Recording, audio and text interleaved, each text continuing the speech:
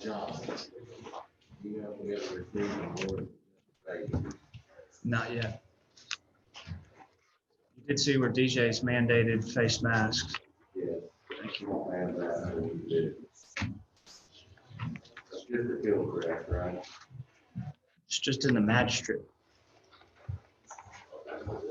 not the whole building. Uh,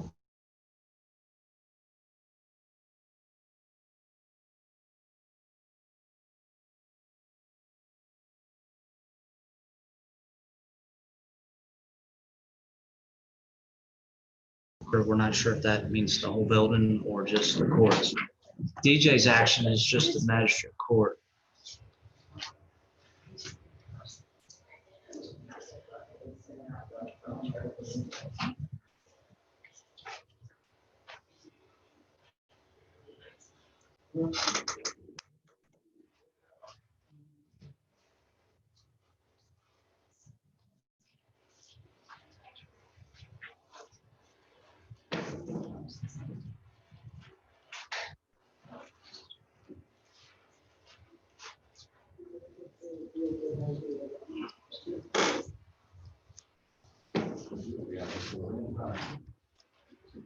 I say.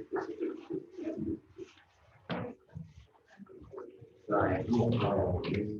I don't know if you what. Is that That's the couple of them. is that for them? Yeah, prove it. You want to hang around and get around? If that's what they get working on, all the. Yeah.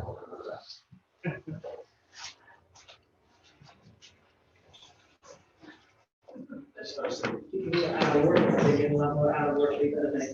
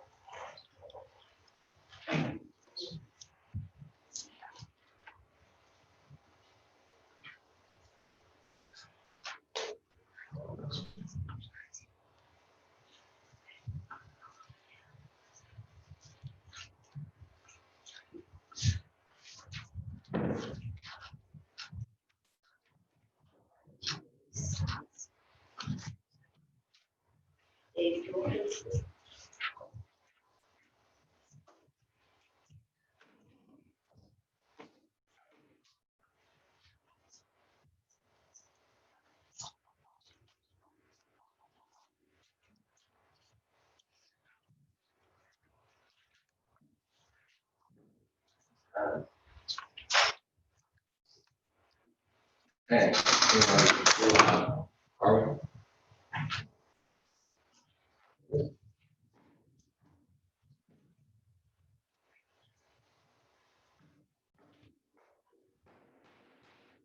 Good evening, ladies and gentlemen. Welcome to the first meeting of Lawrence County Council for the month of July 2020. Council members, I would ask you to turn on your microphone.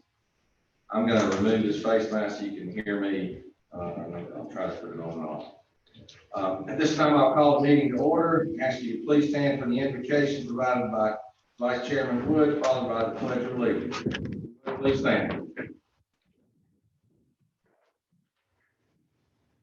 I'd like to ask for a moment of silent prayer for Mr. King Dixon before we have our prayer. Then we'll have our prayer.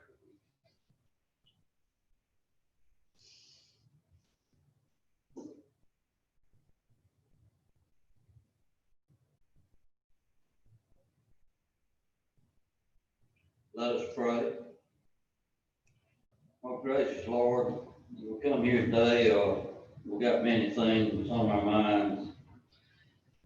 I ask prayers for the family of Mr. King Dixon as they go through this time in their lives. Mr. King Dixon, he was a very admired man, and he deserved the respect and the admiration that he received. He had his heart in Lawrence County. As we as a person in the nation, we most desperately need some answers to this virus that's caused so many hardship and death. Only through you, I feel we may get the answers we need. Our prayers are with the ones that have been struck down with sickness and death. I ask that you be with the nurses and the doctors that care for these people, who care for us. Ask your blessings on our public safety as they deal with this virus and other things they have to deal with. Be with us today as we meet and carry on business for our county and make important decisions for our county. And I feel like only through you can we be saved. I ask these things in Jesus' name. Amen. Attention, salute, pledge. I pledge allegiance to the flag of the United States of America and to the republic for which it stands, one nation, under God, indivisible, with liberty and justice for all. Please be seated. Before I proceed, I'm glad that Mr. Wood mentioned Mr. Dixon. I'm sure others will mention him later. But I just want to share this with you. Sometimes we wait in life and things happen. As you know, when we are in a regular meeting, we ask a veteran or a service member to come before us and we read about their service to our country, our state, and our county. I had asked King Dixon, his son also served in the military. And if I'm not mistaken, he lives in Virginia. And I had asked Mr. Dixon to, when his son would come home, to let us know. And we were going to invite King and his son to lead us in the pledge together. And he and his wife thought what a special moment that would be. Unfortunately, or fortunately, because I do believe that King is in a much better place than we are today, we didn't get to do that, but I certainly hope that in his honor and in his memory, when his son does come and we get back to a regular meeting, that he and his family will join us and lead us in the pledge. It's one of those regrets that I regret that I didn't see that come to fruition. Another regret was having one of the oldest living World War II veterans who recently died, who actually sat in this seat, this chair, Mr. Joe Edwards, to come back. I did ask him, his health was failing, but those are certainly two American heroes, and I'm sure there are many, many more, but that's one of those things in life that I sort of regret that I didn't get to see happen. But I certainly look forward to his son coming back and leading us in his honor and in his memory. And with that, we'll move forward. Members of the council, you received the agenda. I would like to add one item under number 8, under letter C, Hillcrest Square and the use of mandatory face masks. Hillcrest Square and the use of mandatory face masks. Are there any other additions to the submitted agenda? Hearing none, I'll call for a motion to approve the amended agenda. Mr. Chairman, I move for approval of the agenda with the addition of 8C. There's a motion by Ms. Anderson. Is there a second? Second. Second by Mr. McDaniel. Any discussion? Hearing none, all in favor signify by raising your right hand. 7-0. Next is approval of the minutes from the regular meeting dated June 23rd, 2020. Is there a motion to approve the minutes as submitted?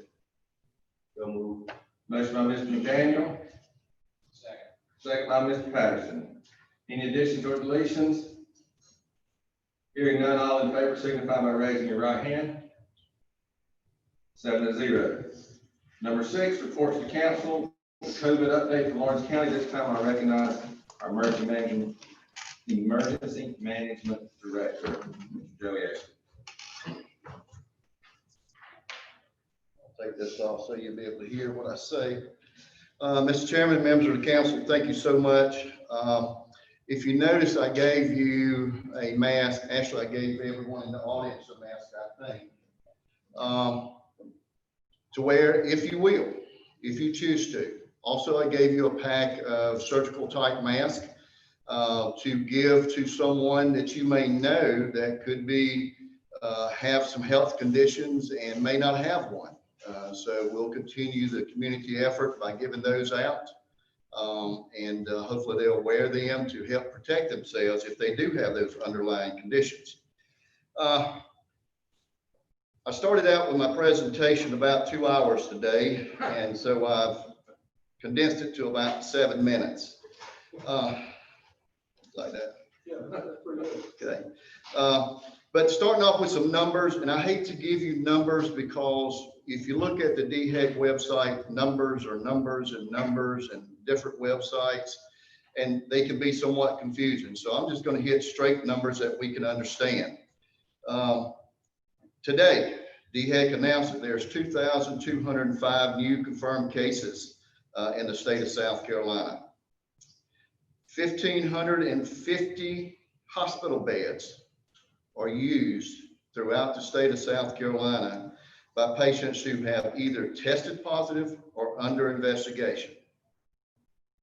203 of those people are on ventilators. So this is a very real, dangerous virus that we're faced with. Today's numbers for Lawrence County, we had 26 new cases. If you look at the website and you look at Lawrence County on the website for DHEC, it'll show 788 cases, 4,841 estimated cases, 5,629 total cases in Lawrence County. A lot of people potentially could be exposed to this virus. Also, the total numbers of individuals that were tested to DHEC yesterday was 10,262. The positive rate of testing, 21.5%.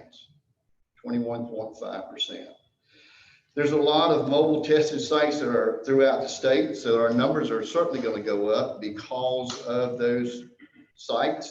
More people that we test, certainly we're going to find people that are non-symptomatic or asymptomatic or have the virus.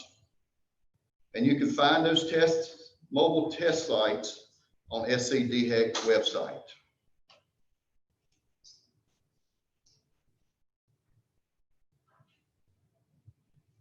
Testing site will be held again this week, tomorrow, July the 15th, from 10 a.m. to 4 p.m.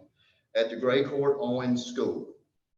This is free testing, drive-through testing. Do not have to have an appointment. We may have a lot of people that show up, so certainly patience is going to be of the utmost importance, but we will work you through the process as quick as we can.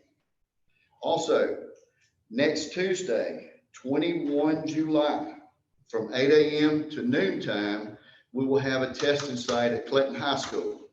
It will be in the parking lot near the gymnasium. We previously had a testing site there by another agency. We tested 671 people that day. 41 of those tested positive. I think that comes out to about 6% or so. Now, we know that the wearing of masks has certainly been statistically shown it reduces the virus.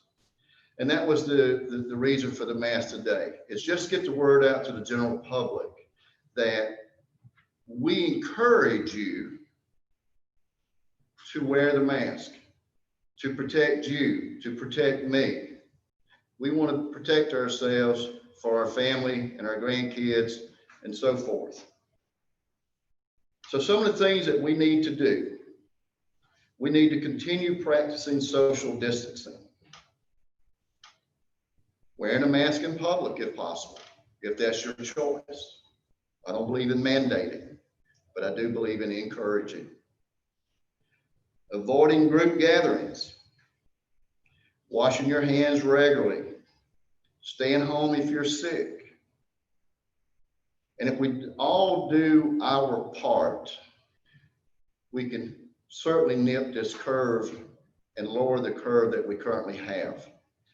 Because it's all of our responsibility to help ourselves, to help protect everyone else. Now, we've got a resolution that's coming up shortly after me. And I would certainly hope that the council would pass that, because that is not a mandate, it's a resolution to encourage our people to wear a mask.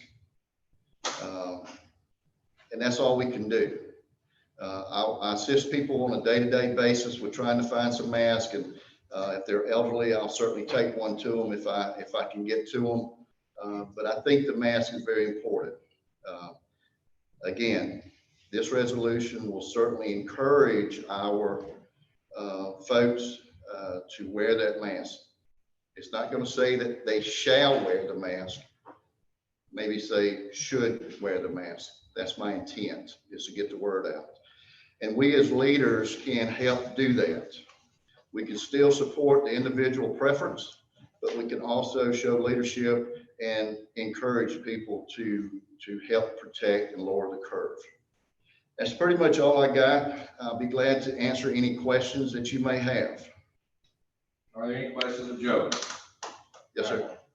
I was looking on the DHEC website, and one of the, I know there's a bunch of numbers on there. Yep. One of those numbers is there's an 89% who have recovered from this virus. Have you seen that number on their website? I've seen that number, but I haven't done any research on that. Okay, well, it's got, I mean, it's not on DHEC producing that number. Right. So that's factual, and there's even these 5,629 possible cases. That means only 620 of those are currently infected in the county. Is that correct? Yes. That means 5,009 have recovered from the virus.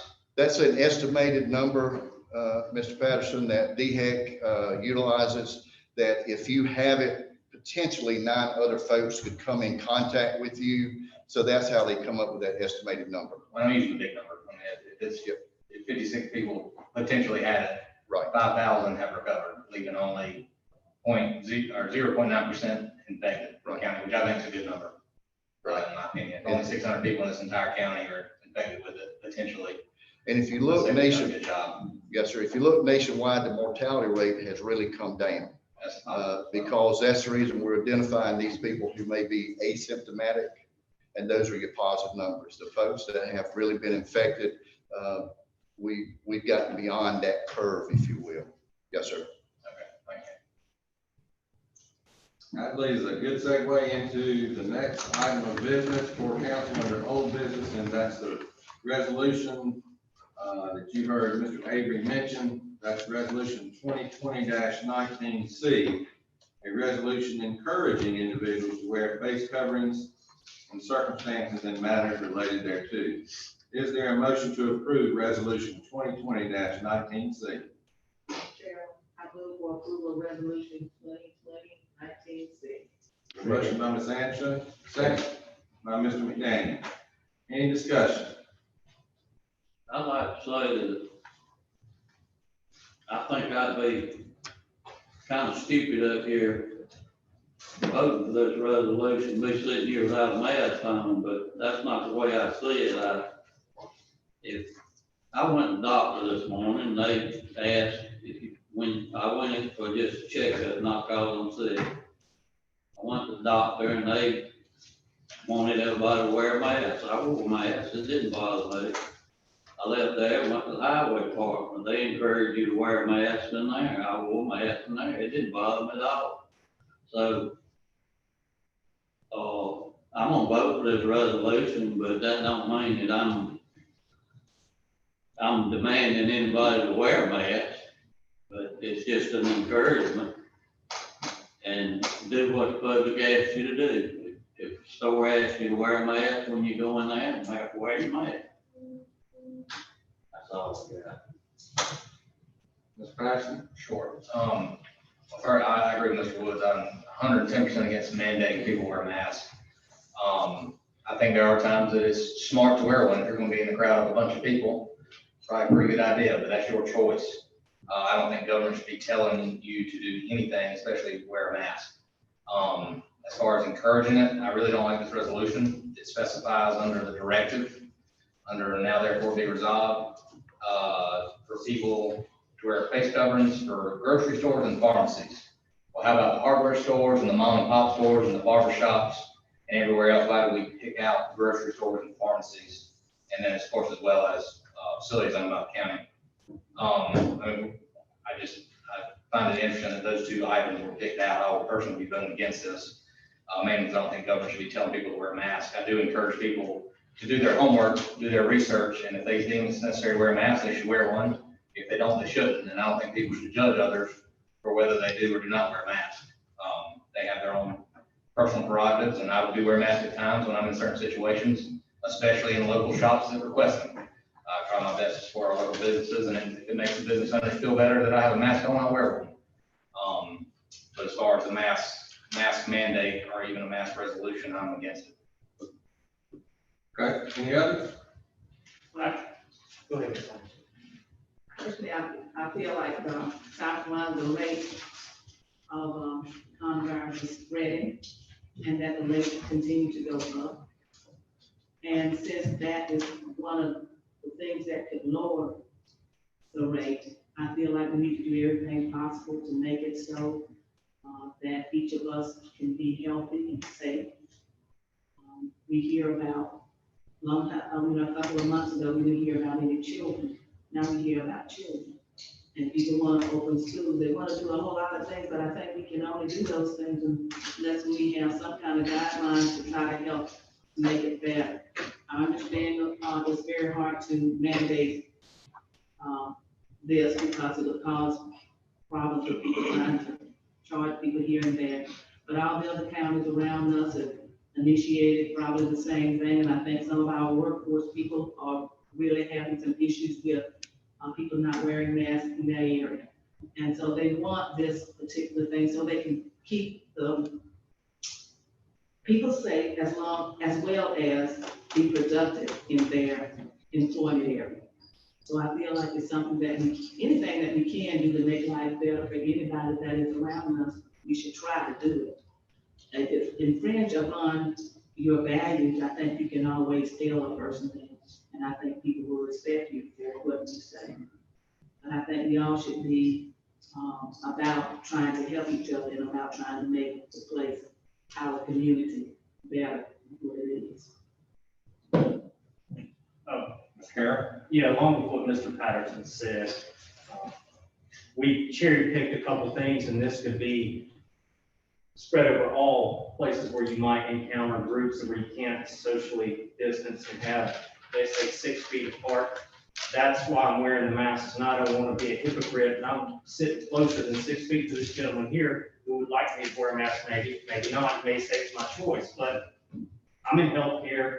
I know it's real, and I know that it's a personal choice as well. If we are in charge of this county, and this county government and people that work for this county, if we want to have that in here that says we encourage that, that's our purview, that's our control.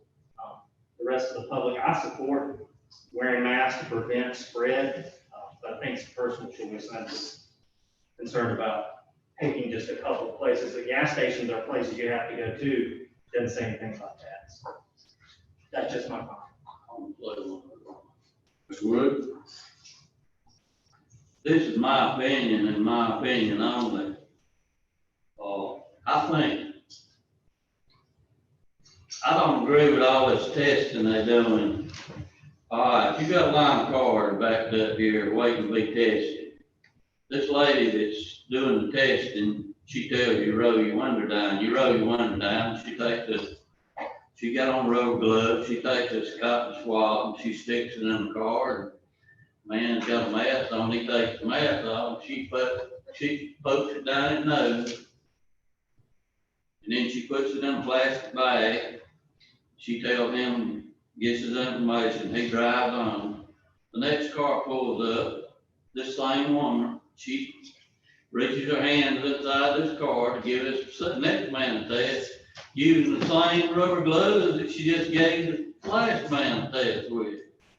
I mean, how are you keeping it spreading from one person to the next unless you change the rubber gloves every time? Do you see what I'm talking about? I mean, I just don't, I think you spread the disease more than you're hitting the disease by testing. But that's just my opinion. Any others? Okay, we have had a motion that's properly second. I'll call for the vote. All in favor of resolution 2020-19C indicate by raising your right hand. And those in opposition, like signs. Motion passes 5-2 with council members Patterson and Carroll in opposition. Next is second reading, ordinance number 879, capital project sales tax. Before we entertain the motion, I'd like to recognize our county attorney to review what has been submitted to us regarding this ordinance. So, Mr. Cruikshanks. Thank you, Mr. Chairman. There was some concern and questions concerning the repayment schedule of 6 years. That was taken back to the commission, and Walter and the commission decided that the suggestions that Councilman Patterson and others have made to change it back to 8 years was, under the current circumstances, certainly a more viable situation. So the major change is moving the prepayment period from 6 years to 8 years.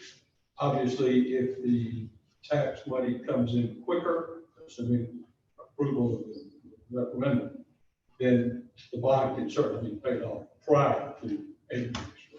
That does give a little bit more breathing room, and I think the numbers that Councilman Patterson showed the last meeting did put it really close, in making it tighter than we wanted to, particularly in the current circumstances. Before we entertain a motion, are there any questions of Mr. Cruikshanks of the ordinance wording itself? Yes. Mr. Chairman, Go ahead. do you by any chance have the numbers that were changed, or what was changed in here? Handy. Exactly what was changed. Normally it's in red, but in reading through it, I could not find any changes that were noted. And the noted changes were in the year, I mean, I found a couple. I'm just curious if there are any more. 4.2 on page 2.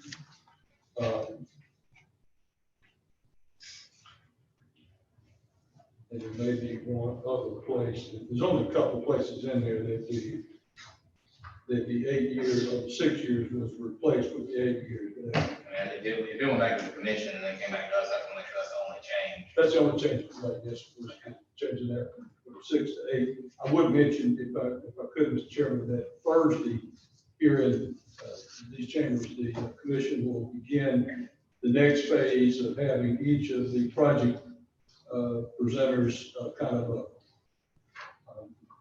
training session, if you will, as to moving forward with putting the word out about their project, educating the public about the project, and the things that can and cannot be done with regard to that. That'll be at 5:30 here in this room.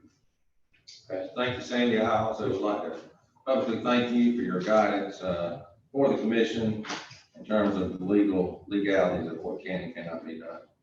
Are there any other questions, Mr. Cruikshanks, this time? Hearing none, I'll entertain a motion for second reading of ordinance number 879, the capital project sales tax. Mr. Chairman, I move for second reading approval of ordinance 879, capital project sales tax. Motion by Ms. Anderson. Is there a second? Second. Second by Mr. McDaniel. Any discussion? I do want to make one comment off of my last one from last meeting. I quoted numbers from the Department of Revenue that were actually from September, our original numbers. Afterwards, I contacted Department of Revenue to get the most up-to-date numbers. I think I submitted our packet by the administrator from July 1. And on a positive note, even with the coronavirus and the slight downfall in the economy, the numbers they came back with were higher than the original one. So that is a positive, just as far as economic development goes, that our projected economy in this county is better than it was just 9 months ago. So that is a positive I would like to know. Thank you for that. Any others? Hearing none, I'll call for the vote. All in favor of, on second reading, of ordinance number 879, capital project sales tax, indicate by raising your right hand. And those in opposition, like signs. Motion passes 5-2 with council members Patterson and Wood in opposition. Next is a public hearing regarding ordinance number 878, Project Archer. This time I will open the public hearing, allow anyone to speak for or against ordinance number 878. If so, please approach the podium, state your name and your position. Seeing none, I will close the public hearing for ordinance number 878 and entertain a motion for third and final reading of ordinance number 878, Project Archer. Move to approve ordinance 878. Second. Your motion by Mr. McDaniel, a second by Mr. Patterson. Any discussion? Hearing none, all in favor of ordinance number 878, Project Archer, indicate by raising your right hand. 7-0. Next is approval of the purchasing assistant job description. Get it in my packet here. Casey, This time I'll recognize Mr. John Caney, our county administrator. Casey's here. Casey Bolton, our HR director. Good evening, council. I bring before you tonight the new job description for the position that was presented or approved in the budget for this year. It's the purchasing assistant job description. It should have been in your packet. This was developed with HR and the purchasing department, Mr. Satterfield, and we bring it to you tonight for consideration and approval. You've heard the recommendation. Is there a motion to approve the job description for the purchasing and administration assistant job description? Motion to approve. There's a motion by Mr. Carroll. Is there a second? Second. Second by Mr. McDaniel. Any discussion? For clarification, you want to tell me what grade 15 is pay wise? You know that off the top of your head. I don't know that off the top of my head. It's not the highest pay grade. It's 4 below the highest pay grade. So it's about middle of the pay grade system. It's my knowledge. Any others? Hearing none, I'll call for the vote. All in favor of the job description as presented, signify by raising your right hand. And those in opposition, like signs. Abstain. Motion passes 6-0-1. Councilwoman Anderson abstaining. Thank you, Mr. Bolton. Next is new business. The first is public works operating hours.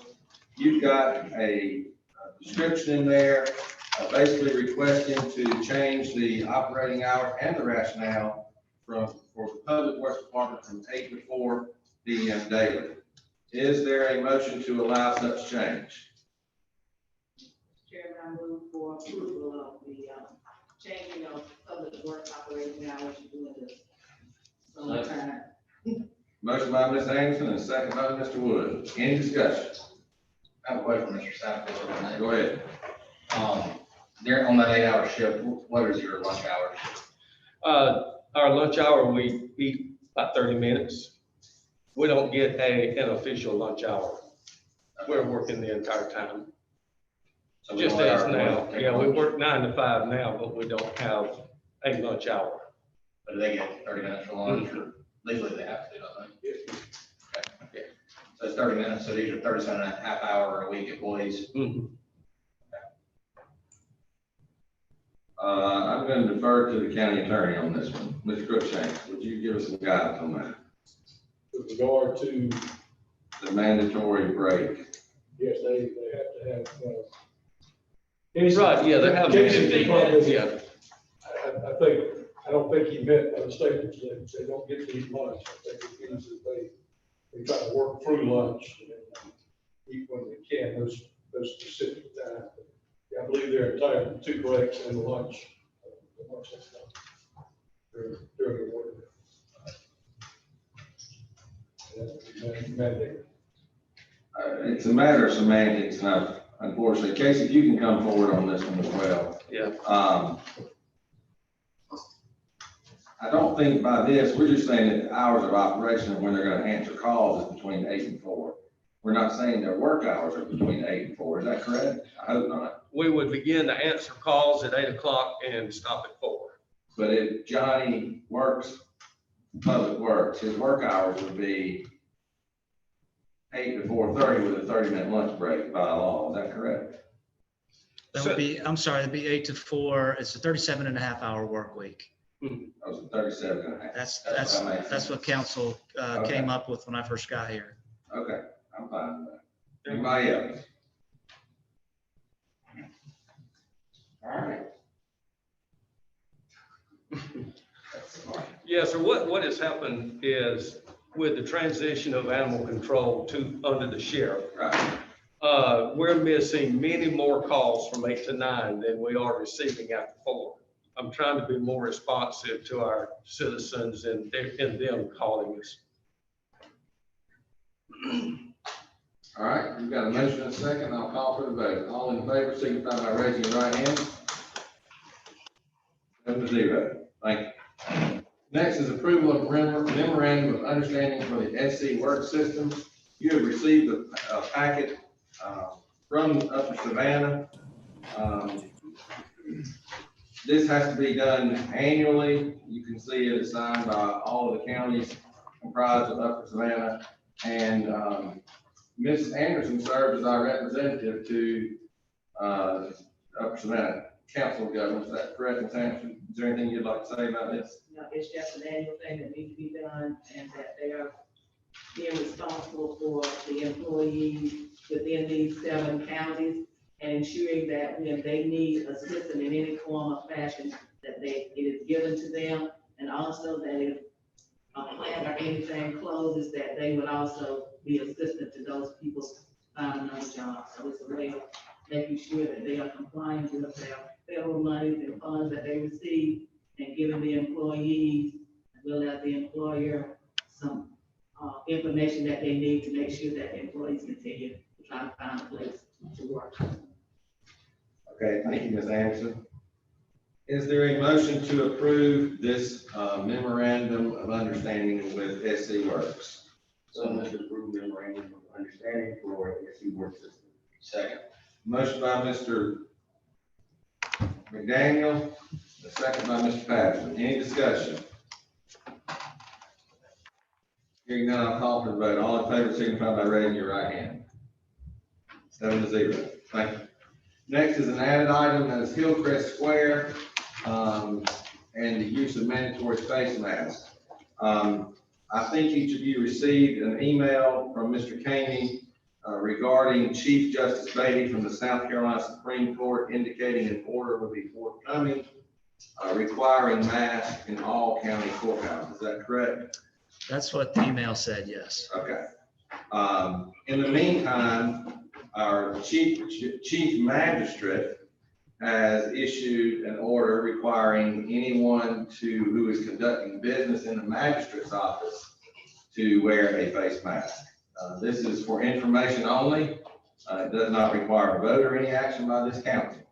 But I just publicly, for transparency, I wanted to bring that in the light so that everyone is made aware. I'm sure that you all have seen your emails as well. Any discussions about that? Mr. Kamey, anything? At this point, we're not exactly sure what that means in terms of access to Hillcrest, the building itself. My understanding is it depends on what the actual order is from the Chief Justice. So once we get that order, we'll then have to determine whether that means all of the building or just simply those folks that are dealing with the courts. Okay. And as soon as you get that, if you will pass that to the council, I'm sure you will. Just an FYI, Mr. Kane will be out of town next week, is that right? That's correct. Now it's public comment time. If anyone would like to address council, please step to the podium, state your name, first and last name, and your position. Did anyone sign up? Nope. Okay. Moving along is county council comments. I will begin on my right, your left, Mr. Carroll. None, Mr. Chairman. Mr. McDaniel. Yes, sir. Just want to echo some of the sentiments you said about, Mr. King Dixon. He was a great man. One of the first people who actually reached out to me once I was elected to council. Very progressive and had a vision for Lawrence County, and I think, he's very instrumental on, pushing the county forward. And it's still going to be posthumously. He definitely was a progressive mind, and I think we're working on some of the projects that he actually talked to me about 5 years ago, which is, I'm sure he's happy about. Also, just to repeat that the COVID testing will be tomorrow in Great Court Owens, 10 a.m. to 4 p.m. It'll be a free testing. There's also another one on the 21st from 8 a.m. to 2 p.m. at Clinton High School. I encourage everyone who can to go out and get tested, to really know your status, educate yourself on what's going on. Saw a report last week that South Carolina is actually the 3rd highest rate in the world for contracting COVID. We need to do everything we can to make sure that we are stifling the spread of this disease. It is indeed a pandemic, which is, like I said, we need to do our due diligence, make sure we're doing everything we can to do to protect ourselves and others. The masks aren't just for you, it's for the people who are around you. We don't have to only worry about the people in Lawrence. We need to worry about everyone in the state of South Carolina and the United States. ZF's over half their staff comes from out of the county. So whatever is in the next county over is coming into South Carolina and spreading to people here. So like I say, just make sure you're doing your due diligence, wear a mask, and help protect yourself and others. Okay, before we go to Ms. Anderson, just one minor correction, it's 8 to 12. 8 to 12, too, on July 21st at the high school. All right, Ms. Anderson? I'll ask that.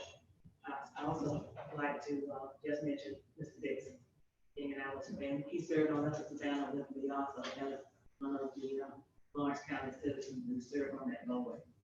So I just wish to express my condolences to his wife, Augusta, and his children. Thank you.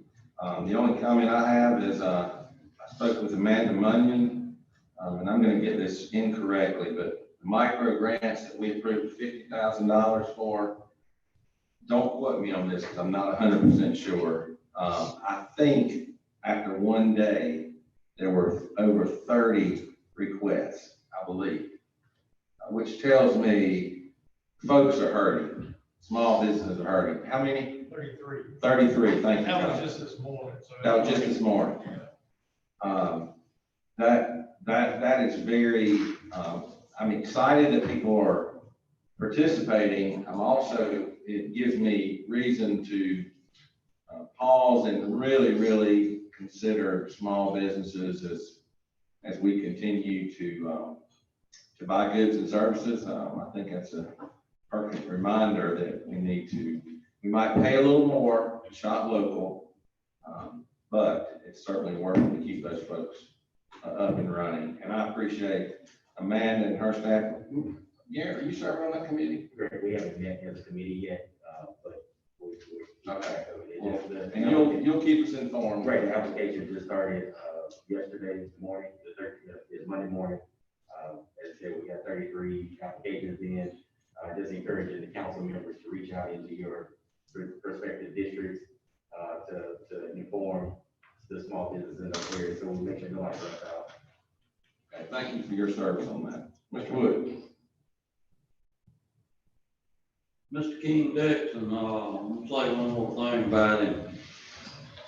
And you know what I'm talking about if you ever shook hands with him. That man had a grip like you wouldn't believe. When you shook hands with him, you knew you done shook hands with a man.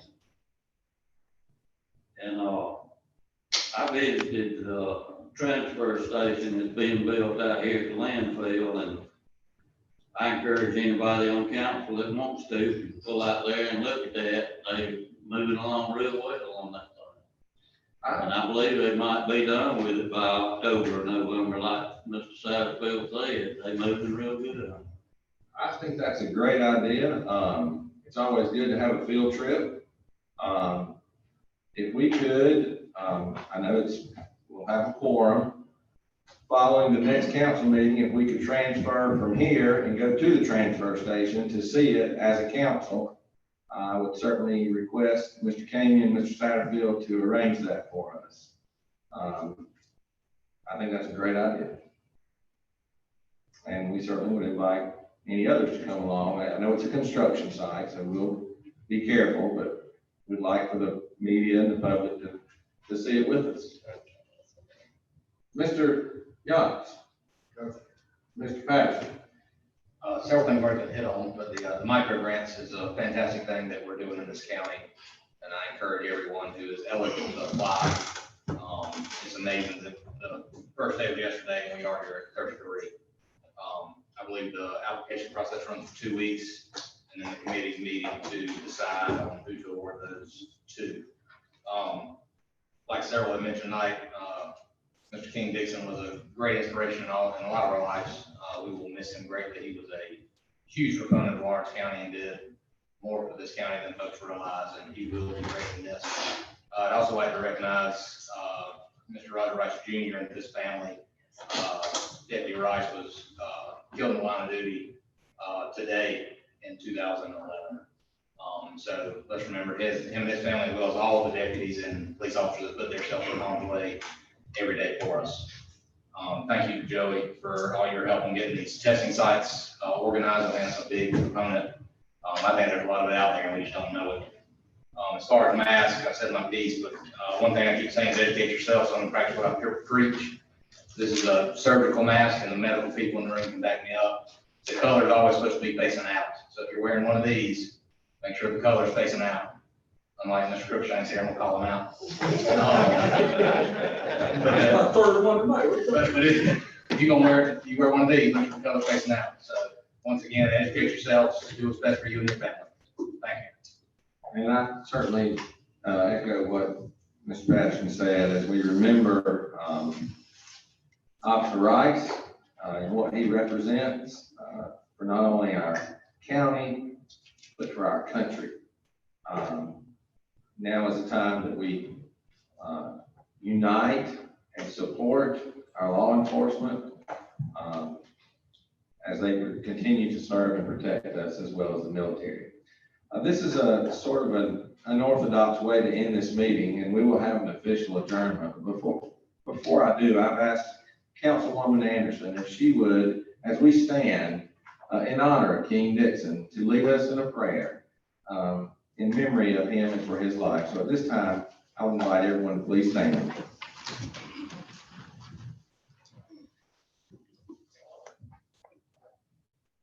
Let us pray. Our Heavenly Father, we thank you for this day, and we thank you for the opportunities you have given us to walk among and talk to and hug and express our opinion to Mr. Dixon. We lift him up as well as his family, because we know that he is one of yours and that you come back to get what is yours. So we ask that you can be with his wife and his family, strengthen them where they are weak and build them up where they are torn down, and comfort them as you say you would comfort us. We also like to just mention the Rice family, Roger Rice family. Be with them in their hour also. We know this is not something that just happened, but we do know that we all need a time when we all need to be lifted up and embraced when we need to have that. So we ask those gifts that you have given us to spread to our friends, our company, our families. In this hour, we ask. Amen. Amen. Is there a motion to adjourn? So moved. Motion by Mr. Have signatures if they're needed before we leave. McDaniel, is there a second? Second. Second by Mr. Carroll. All in favor, raise your right hand. We are adjourned. Thank you.